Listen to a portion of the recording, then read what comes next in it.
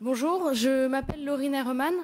Je travaille pour une structure qui s'appelle Nord France Innovation Développement dans le Nord-Pas-de-Calais et je remplace aujourd'hui Anne Lefebvre pour le compte de la région Nord-Pas-de-Calais.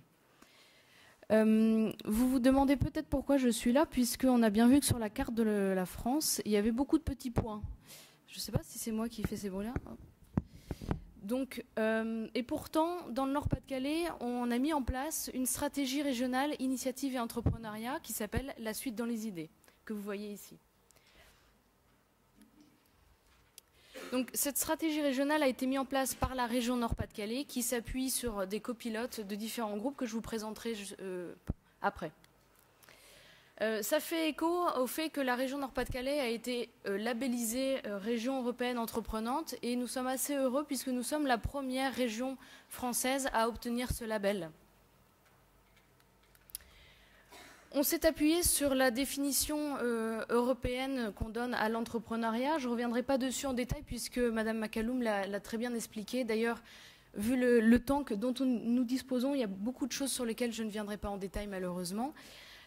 Donc on s'est basé sur l'idée que l'entrepreneuriat ou l'esprit d'entreprendre se réfère à l'aptitude d'un individu de passer des idées aux actes. Pourquoi une stratégie dans notre région du Nord-Pas-de-Calais? Puisqu'on est parti du constat que nous sommes issus d'une région traditionnellement industrielle où on a une culture du salariat. Il y a une dizaine d'années, on a mis en place déjà un programme régional de création et de transmission d'entreprises qui s'appelle le programme Je crée en Nord-Pas-de-Calais, qui a permis en une dizaine d'années d'augmenter très largement le nombre de créations d'entreprises. Aujourd'hui, on atteint des chiffres qui restent assez stables, mais on a l'impression d'atteindre un taquet. Et on s'est dit que si on voulait continuer à développer économiquement notre région, il faudrait agir sur la culture et faire un changement radical de notre culture. L'idée, c'est que pour favoriser cette initiative, il faut diffuser et vulgariser cette culture économique pour former des citoyens éclairés qui s'engagent. Donc, comme je vous le disais, la stratégie régionale de l'initiative et entrepreneuriat, je vais l'appeler SRIE, ça ira plus vite si vous me permettez, a pour but de développer la culture économique des habitants de la région pour qu'ils portent un regard éclairé et qu'ils puissent à terme s'engager dans l'initiative économique, que ce soit par la création d'entreprises ou par la prise d'initiatives économiques. L'idée, c'est de provoquer, d'accompagner un changement culturel. On se base sur 4 valeurs. Je ne vais pas revenir en détail sur chaque valeur, mais les voici. La première valeur, c'est richesse. On a volontairement mis un S à richesse, puisqu'il ne s'agit pas de créer de la pure richesse économique, mais vraiment des nouvelles richesses humaines, sociales, sociétales et économiques. La deuxième valeur, c'est la culture, puisque la finalité, c'est d'initier et d'accompagner un véritable changement culturel, un changement des mentalités. Et comme le disait Madame McCallum tout à l'heure, c'est quelque chose qui va prendre du temps, puisqu'on parle de changement de mentalité. Troisième valeur, la proximité, puisqu'on souhaite que tous les territoires de la région Nord-Pas-de-Calais puissent bénéficier de cette stratégie et de ce dynamisme économique. Et enfin, précurseur, puisque c'est la première stratégie à être élaborée en France par un travail qui est collectif et rassembleur sur un territoire régional. Vous le verrez par la suite. Donc ça s'est fait en 3 phases. La première phase de mai à novembre 2011, où il y a eu 6 groupes de travail et près de 300 personnes mobilisées pour mettre en place une démarche collective. La deuxième phase de janvier à juin 2012, il y a eu une présentation de cette stratégie dans les territoires et la signature de conventions, avec une adoption du texte. Troisième phase, de juin 2012 à juin 2013, on est en plein dedans, c'est le démarrage des programmes, des actions respectives et le pilotage global de la stratégie. Donc les 6 groupes thématiques, les voici, ils sont animés par le conseil régional. Donc on a un groupe d'initiative à l'école qui est co-animé avec le rectorat qui représente notre académie. Deuxième groupe de créativité et initiative entrepreneuriale des jeunes en copilotage avec le pôle recherche enseignement supérieur. Là, on va toucher les étudiants. L'entrepreneuriat au féminin avec la délégation aux droits des femmes et à l'égalité. Le rôle des dirigeants économiques du Nord-Pas-de-Calais dans le développement de l'entrepreneuriat régional en copilotage avec la Chambre de commerce et d'industrie de région nord de France. Les territoires et les développements de l'entrepreneuriat local, avec un représentant des plans locaux de développement économique. Et puis un groupe qui est un peu à part, mais non moins important, études, évaluation et recherche en copilotage avec des chercheurs experts. Pour chacun de ces groupes, je vais passer très rapidement sur le contexte et sur les freins ou les leviers qui, je pense, sont un peu les mêmes partout. Le monde de l'enseignement qui est difficile à convaincre, qui a du mal à se mettre dans cette dynamique pour différentes questions. L'entrepreneuriat féminin avec un constat en France sur le fait qu'autant de femmes que d'hommes souhaitent créer, mais finalement il y en a beaucoup moins qui créent pour des questions de représentation d'elles-mêmes. Le rôle des dirigeants qui ont une légitimité à le faire, mais qui pour une question de temps ou par une peur de même de ne pas avoir la légitimité qui s'y mettent tout doucement, et les territoires qu'il faut aller convaincre petit à petit. Donc au total, ce sont 272 participants mobilisés pour 21 réunions de travail et à peu près 231 propositions d'action. Je vais revenir sur chaque groupe. Donc là, on est sur le groupe de l'école. Donc vous voyez les chiffres clés sur le premier degré et le second degré. On a un certain nombre d'élèves et pourtant très peu d'entre eux bénéficient d'une action de sensibilisation. Les personnes qui ont donc participé aux réflexions sont des inspecteurs pédagogiques du premier et du second degré, des services du rectorat, les représentants syndicaux, des élèves élus au conseil de vie lycéenne et des représentants des associations de parents d'élèves ou des parties prenantes de la sensibilisation.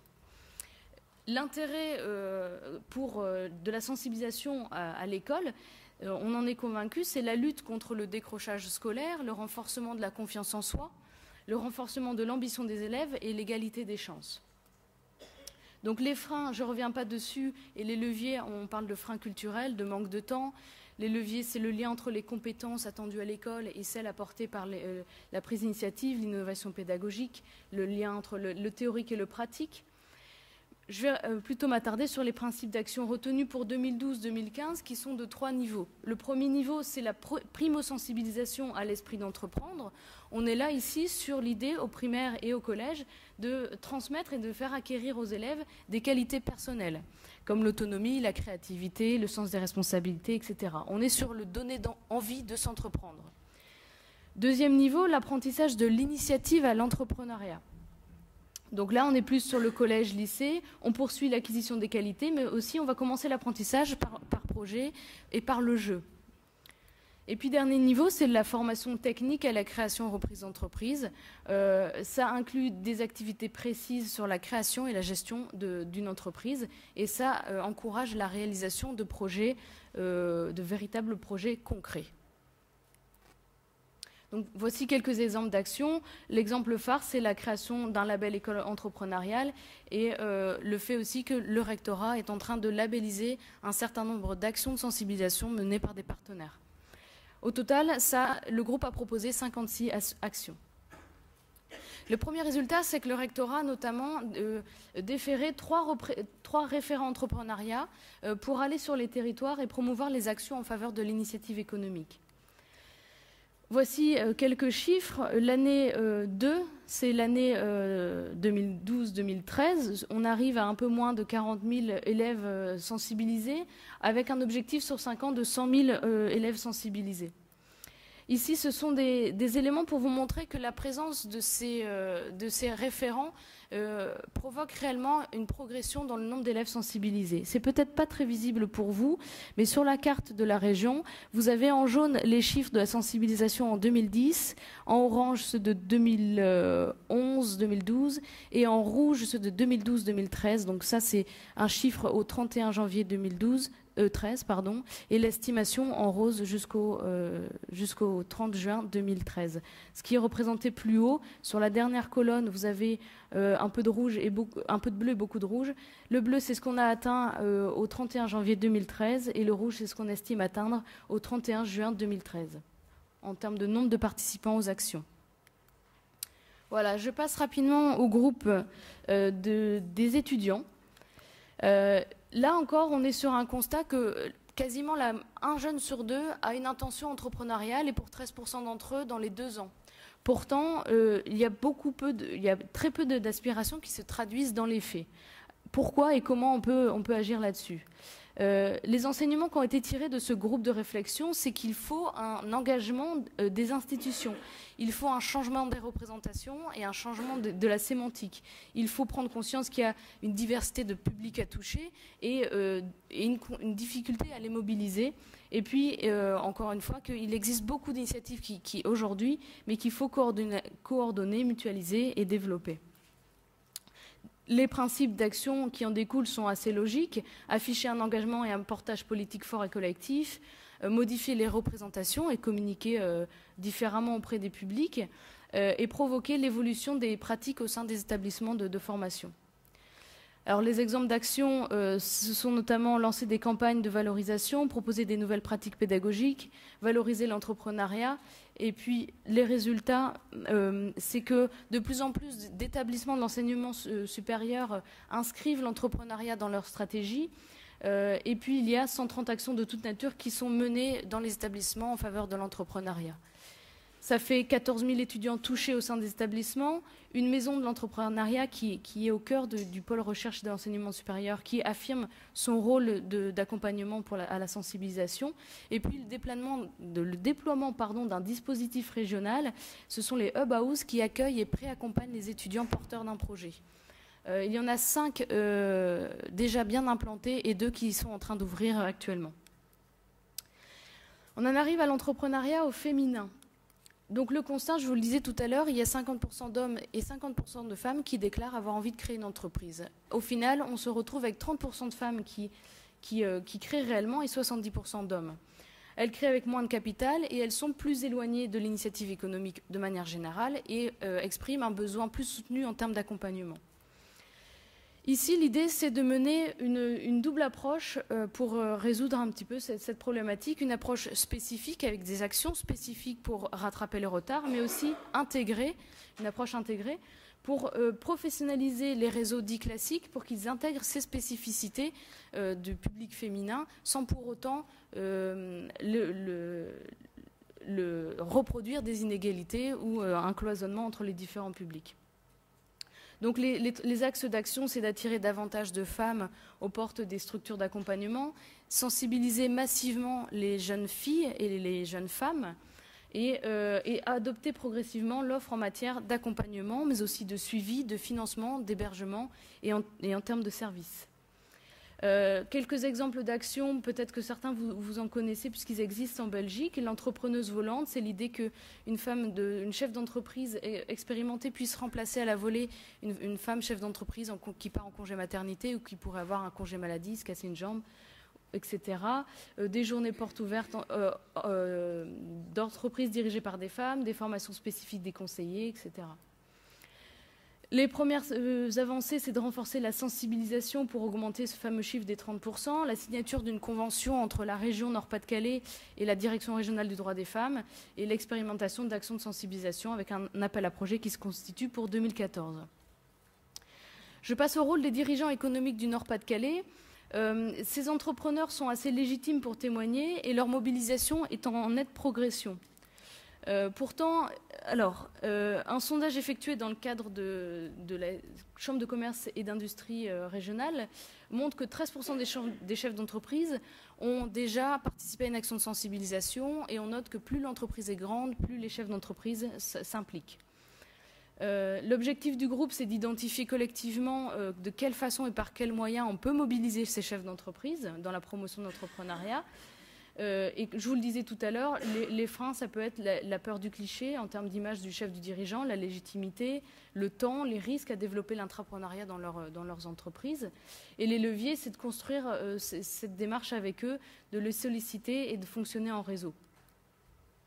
Donc l'idée dans les principes d'action vont être de valoriser l'image des dirigeants, de trouver les messages et les actions à même de mobiliser ces dirigeants, de faciliter d'organiser l'engagement des dirigeants, c'est-à-dire avoir aussi envers eux un accompagnement. Les premiers déploiements, ce sont 60 actions de sensibilisation. Donc MAS, c'est un test de personnalité, de profil entrepreneurial. Les terres d'entrepreneurs, ce sont des forums, des jeux, avec aujourd'hui 1500 jeunes sensibilisés. Et le lancement de l'entrepreneurium, c'est la constitution d'un vivier de chefs d'entreprise mobilisables pour intervenir et sensibiliser à l'entrepreneuriat. 5e groupe, et presque le dernier, les territoires et le développement de l'entrepreneuriat local. Le constat qu'on a fait, c'est qu'une première cartographie de notre territoire a montré qu'il y avait beaucoup d'inégalités entre les différents territoires de la région Nord-Pas-de-Calais. Pourtant, il y a des études qui montrent qu'on peut passer d'un territoire en déclin à un territoire entrepreneurial et dynamique avec une politique entrepreneuriale ad hoc. Il s'agit donc d'engager les territoires dans cette dynamique pour en faire des territoires attractifs et entrepreneuriales, et pour que cela contribue au développement de l'économie locale. Comme on dit, sensibiliser, c'est semer. Donc les freins sont culturels, avec un monde éducatif qui est très important à toucher, mais qui n'est pas toujours facile à approcher, et parfois une absence de parcours lisible. Et les leviers, ce sont encore une fois la mobilisation politique et l'engagement des leaders territoriaux, la mobilisation des multiples acteurs, et puis la déclinaison vraiment locale de cette stratégie. Donc, principe d'action, c'est peut-être commencer par dresser un état des lieux de ce qui existe, sensibiliser les territoires et surtout les élus pour qu'ils portent cette coordination de l'initiative économique sur leur territoire et développer la communication. Je vais me dépêcher parce que le temps passe. Donc les exemples d'action, ça peut être dresser un catalogue, accompagner l'émergence de volets entrepreneuriat dans les plans locaux de développement économique, etc. Et puis là, actuellement, il y a plusieurs territoires qui sont en train d'écrire leur propre stratégie régionale, de désigner un élu référent et de déterminer leur plan d'action et leurs priorités locales. Alors, le groupe évaluation, je disais tout à l'heure, est un peu à part, mais il est non moins important parce que quand on met en place une telle stratégie qui va avoir ses fruits sur du moyen et du long terme, il faut l'évaluer. On s'est basé donc sur le Global Entrepreneurship Monitor qui a été développé par l'université de Babson et qui est une déclinaison régionale, le Regional Entrepreneurship Monitor. Il permet de permettre des comparaisons euro-régionales et internationales. Il permet de déterminer et de voir évoluer le taux d'activité entrepreneuriale, ce qui est important pour nous. Il y en a un qui a été réalisé à l'été 2012 et on devrait avoir très prochainement les résultats. Donc, dans ce cadre-là, l'idée est de construire un consortium régional pour la recherche et l'entrepreneuriat constitué de chercheurs régionaux et internationaux. Voilà, donc ça, ce sont des types de sujets qui peuvent être étudiés. Je vais pas m'attarder dessus.